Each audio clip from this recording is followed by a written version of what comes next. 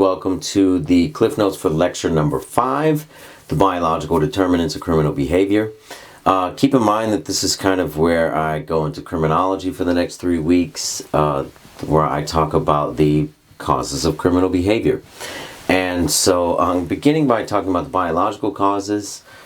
Keep in mind that this lecture is split between two eras, if you will. One era can kind of be lumped together as biological determinism.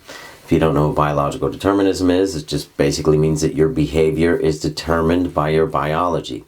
So all of those, human physiognomy, phrenology, social Darwinism, and the like, all of those slides, and of course the University of Turin, Cesare Lombroso, and the concept of the criminal man. This was something that was considered to be real science in the 19th century, and I need to kind of present it as real science. Your reading for today by Gina Lombroso. Gina Lombroso was the daughter of Cesare Lombroso, very much a big believer in the idea that there is such thing as a person that can be born as a criminal. I wanted you to be able to read this piece, look at it, and say to yourself, this may or may not be true, because it's stated as a fact, and this was considered to be fact. Social Darwinism was considered to be a fact, but overall, all of it is BS. Social Darwinism is a thing that we no longer believe in. It's a thing that social scientists are very scared to ever revisit. But the whole concept of biological determinism, that you could pick a criminal out of a crowd, this was a real thing. This was something that lasted throughout the 19th century, all the way into the beginning of the 20th century, until about the 1930s, when the economic depression hit. So this was one explanation. And so second era begins in the 1960s and 70s with sociobiology. Sociobiology is based on the idea of conditional free will.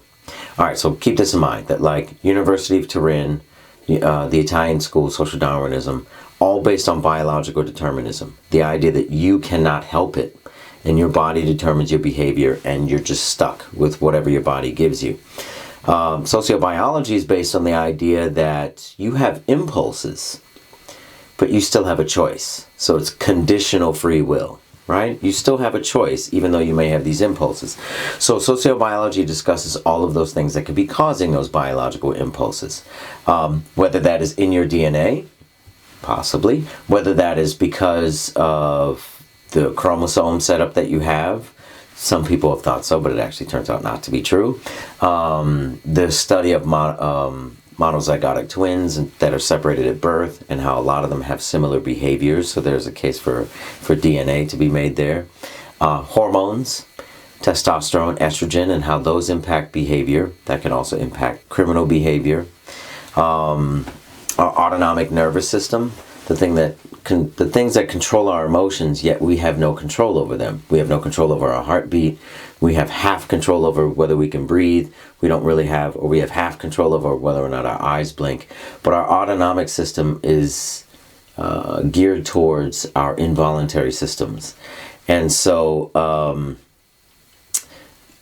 a lot of that focuses on our emotions and whether or not we're very emotional people. Next week, this lends itself very well to a discussion about sociopathology and the mind.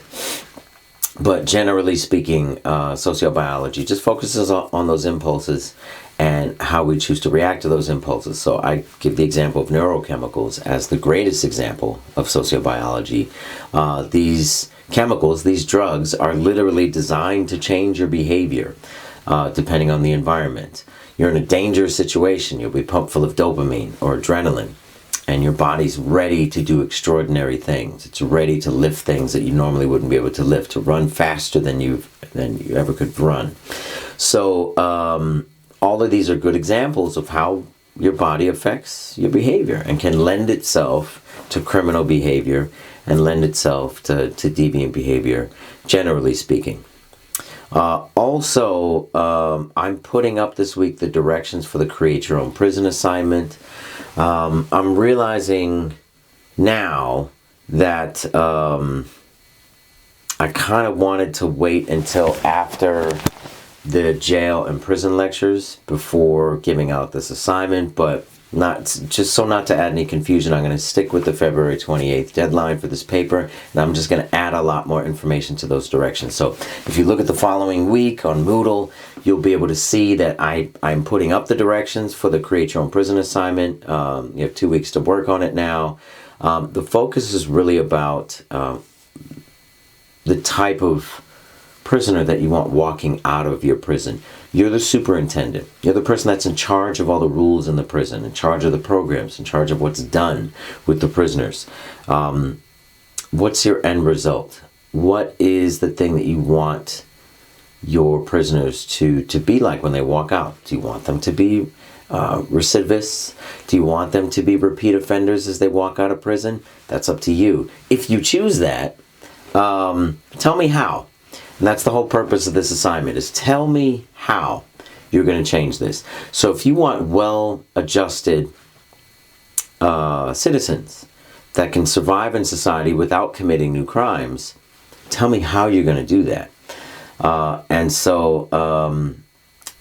If you're focused on rehabilitation and therapy programs and therapeutic programs, describe those programs. Tell me what they do. Explain to me why they work. In 2 to 3 pages, type double space, etc. And the key to this is probably anyone creating a schedule. Prisoners are locked down for 8 hours a day, but they have 16 hours outside of their cells. What are they going to be doing with themselves during those 16 hours?